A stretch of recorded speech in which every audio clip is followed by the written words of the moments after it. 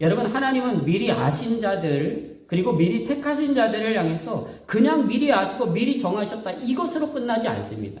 분명한 이유가 있어요. 목적이 있습니다. 하나님께서 반드시 이루시겠다라고 하는 목적이 있는데요.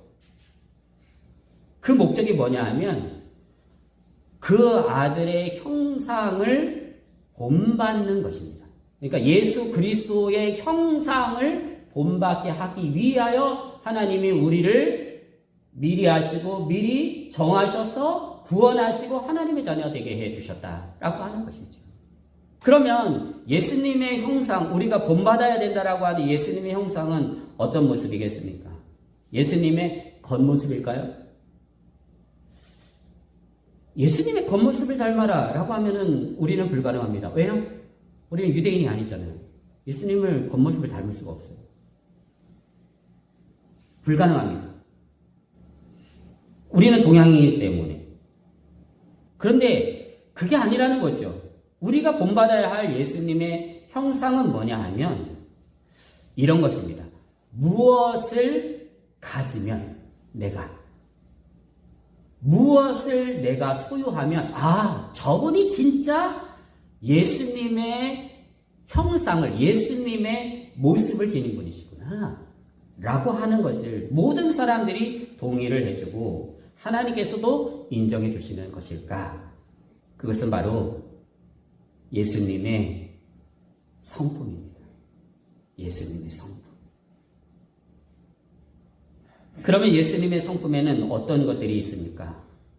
우리가 그 평생 동안에 여러분 하나님 앞에서 닮아가야 될 예수님의 성품. 그게 어떤 것일까? 라고 하는 것을 고린도전서 13장 1절에서 7절까지 기록하고 있는데요. 이 사랑에 대한 말씀이 나옵니다. 한번 제가 읽어드리겠습니다.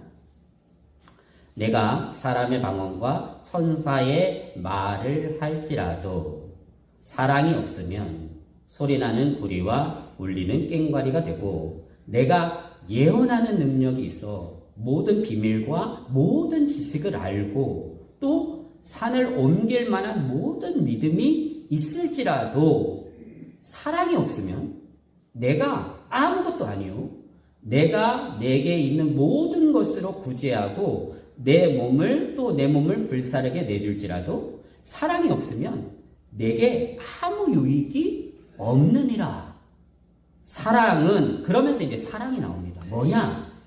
라고 하는 것에 대해서 사랑은 오래 참고, 사랑은 온유하며, 시기하지 아니하며, 사랑은 자랑하지 아니하며, 교만하지 아니하며, 무례히 행하지 아니하며, 자기의 유익을 구하지 아니하며, 성내지 아니하며, 악한 것을 생각하지 아니하며, 불의를 기뻐하지 아니하며, 진리와 함께 기뻐하고, 모든 것을 참으며, 모든 것을 믿으며, 모든 것을 바라며, 모든 것을 견디느니라. 그렇게 말씀합니다. 그러니까 사랑은 예수님의 성품인데요. 그 사랑에 대해서 뭐라고 말하냐면 감정이 아니라는 거예요. 어떤 내가 상대방에게 품게 되어지는 그러한 어떤 감정이 아니라는 거예요. 예수님께서 보여주신 그 성품은 관계 속에서 이루어지는 모습입니다. 성품이거든요. 사람과의 관계 속에서 오래 참으심, 온유하심, 시기하지 않으심, 자랑하지 않으심, 교만하지 않으심, 무례히 행하지 않으심, 자기의 유익을 구하지 않는 것, 성내지 않는 것, 악한 것을 생각하지 않는 것, 불의를 기뻐하지 않는 것, 진리를 기뻐하고 모든 것을 참고 모든 것을 믿고 모든 것을 견디는 것. 이게 사랑이라는 거예요. 이게 사랑. 이 성품을 지닌 자로 예수님은 하나님의 맏아들이 되셨습니다. 그러므로 이제 우리가 그 예수님의 가족으로 하나님 앞에 부름을 받았으니 그 부름을 받은 자의 삶을 마땅히 살아야 하는 것이죠. 하나님은요, 이 목적을 이루시기 위해서 지금도요, 저와 여러분의 삶 가운데 함께 하시고요. 역사하십니다. 말씀을 통해서. 자, 30절의 말씀이 그 말씀이에요. 또 미리 정하신 그들을 또한 부르시고 부르신 그들을 또한 의롭다 하시고 의롭다 하신 그들을 하나님께서 영화롭게 하셨느니라 그렇게 말씀하십니다. 여러분 여기에서 우리는 미리 정하신 그들을 성도들이죠. 부르셨다. 이해합니다. 부르신 그들을 또한 의롭다 하셨다. 예수로 말미암아 의롭다함을 얻었지요. 여기까지는 이해할 수 있습니다. 그런데 의롭다 하신 그들을 또한 영화롭게 하셨느니라 이렇게 표현하고 있습니다.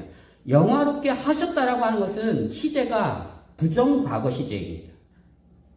그러니까 사실 이 영화롭게 되어지는 순간은 일어나게 되어지는 그 순간은 어느 때냐면 미래의 일이에요. 지금 일어나는 게 아니고요. 미래, 종말에 일어나는 그런 일이죠.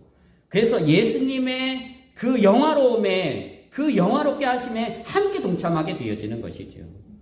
그런데 그것을 표현하는데 마치 지금 이루어진 것처럼 벌써 이루어진 것처럼 그렇게 과거의 일로 사도 바울이 서술을 하고 있습니다.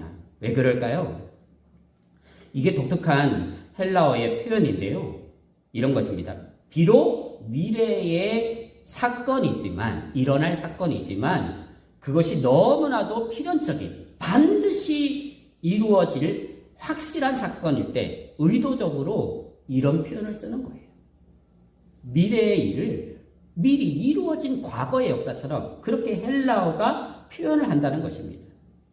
그러니까 영화에 이르는 그 단계는 아직 우리에게 가시적으로 나타나지는 않았어도 그것은 이미 하나님의 계획 속에서 하나님의 의지 가운데에서 완료되어질 것이고 반드시 이루어질 것이고 확정되어질 것이기 때문에 여기에 이런 표현을 영화롭게 하셨느니라 라고 하는 표현을 썼다는 것입니다. 그러므로 하나님께서는 성도로 부르신 저와 여러분을 그렇게 반드시 만들어 가실 것입니다. 이것은 하나님의 의지입니다. 하나님의 의지예요. 하나님이 반드시 하시겠다는 거예요.